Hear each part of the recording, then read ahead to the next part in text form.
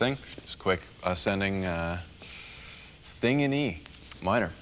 And the basic pattern starts with the D note with your pinky, and whole pattern, like each section sort of sounds like this. So it's sort of down 3 notes and up, I don't know, let's count to find out. 1, 2, 3. It's like, it ends up being about 6 notes. 1, 2, 3, 4, 5, 6. So down 3, up 6. And then up 1 more with a slide with your pinky to the next note in the scale. In this case, E minor, so from G to A.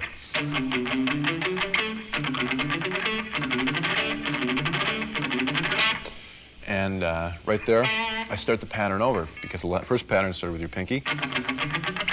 I start this one with my pinky also.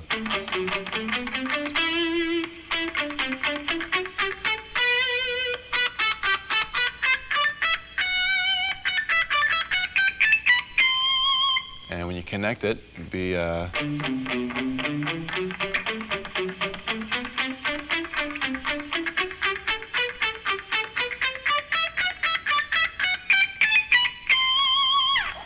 thing together.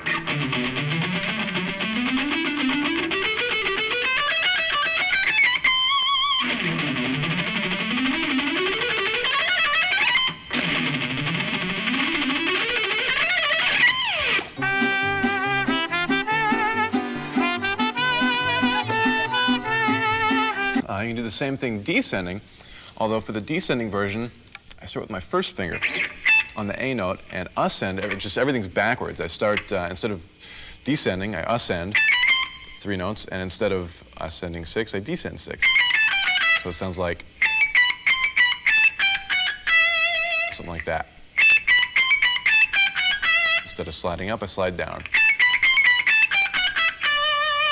So that's the basic pattern for descending. Oops.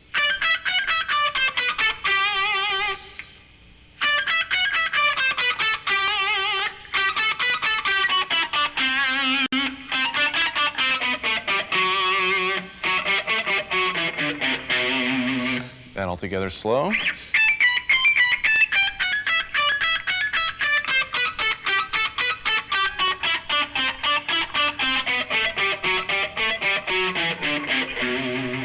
And a little bit quicker.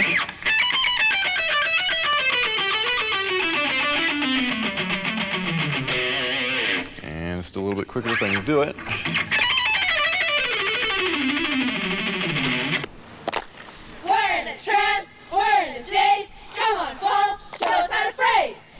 And here it is, ladies and gentlemen, my new method of practicing. Metronomes are history, the whole thing's in the garbage. This is the new hip thing, which I came up with while we were on the road with, or while I was on the road with my band. We had this one riff that basically at the end of the song I'd play the riff and I'd have a little, a couple bars of the riff and a couple bars of a solo. And I'd always improvise it. And I started practicing backstage and warming up, just doing just that thing where I play the riff and then play the solos, something like this. And I try to keep the tempo with the solo. So it'd be like 1, 2, 1, 2, 3.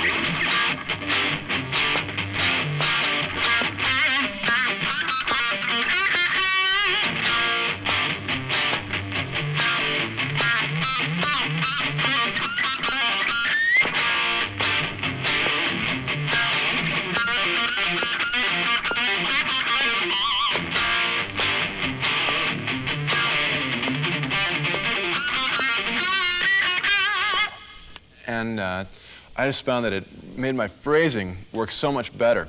It forced me to play a lot more in time than I do when I'm just sitting around noodling. Even though those licks can be cool, they don't really define a rhythmic structure as much as when you're trying to really keep the rhythm with the solo. And it just made me a lot more aware of what's going on rhythmically. When you don't use a metronome or a drum machine or a drummer or something that's keeping time, and you have to keep time with the solo, it makes you play a whole different way than if you have a drummer or something like it to fall back on. So I'd find that it tended to slow my playing down a bit, and just the phrasing gets so much better. Let me do a little bit more of that so you can see what I mean. Again, I'm doing this part is the rhythm. It'll be like 1, 2, 3. In the solo. Rhythm. Solo.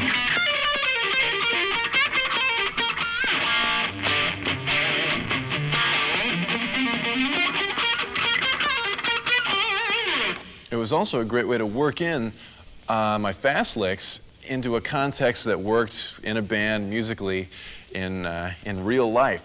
So, you know, for instance, if I had some fast thing, you know, I could try to work that in. I'd have to figure out a way to get into it, and out of it within that short period of bars. So let me see if I can do that. 1, 2, 3.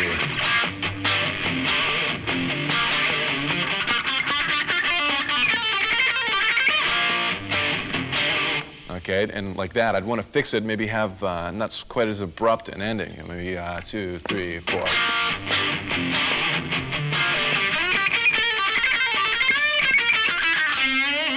And there I got to have an ending that doesn't suck, so 2, 3.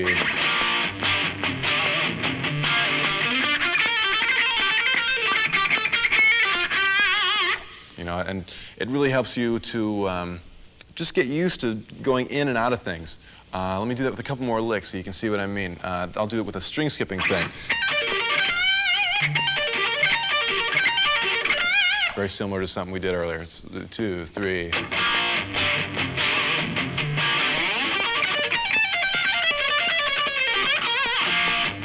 couple different ways.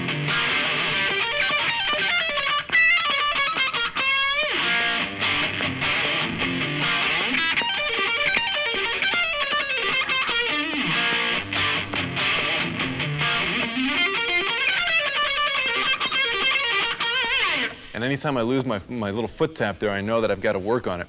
And it just gives you a very definite goal of what to do with your licks. You have a tempo, you have a key, you have a groove, and to me, it's a lot more fun practicing that way than, you know, here's a lick with a metronome. I really don't know what I'm going to do with it, you know, kind of attitude, which is what I did for a long time. But you know, stuff was terrifying enough where I still kept some interest in it.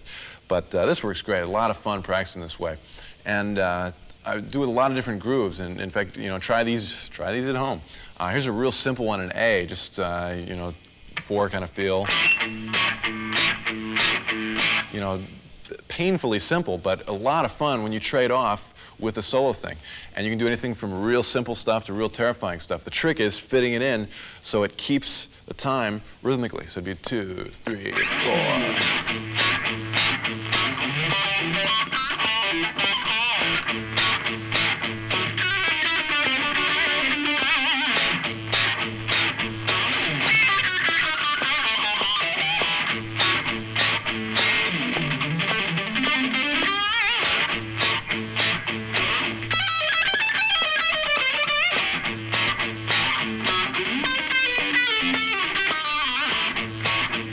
And anytime that you screw up, you know, you can stop and try to fix that lick. So the next time you do it, you can get out of it. Like that one, there's a little thing at the end. So it'd be a...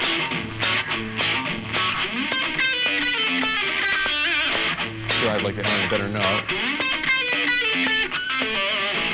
One more time so I can get it.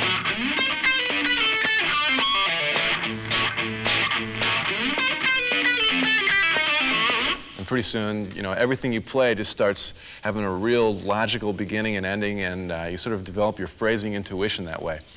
And you won't believe it, how cool it works. Let me give you one more example. This one, again, similar thing in E, but more of a shuffle, like 1, 2, 3, 4, that kind of thing. And let's try it. Let's try this a little longer. Let's give it a few more bars in the last one of rhythm and then solo. 2, 3, 4.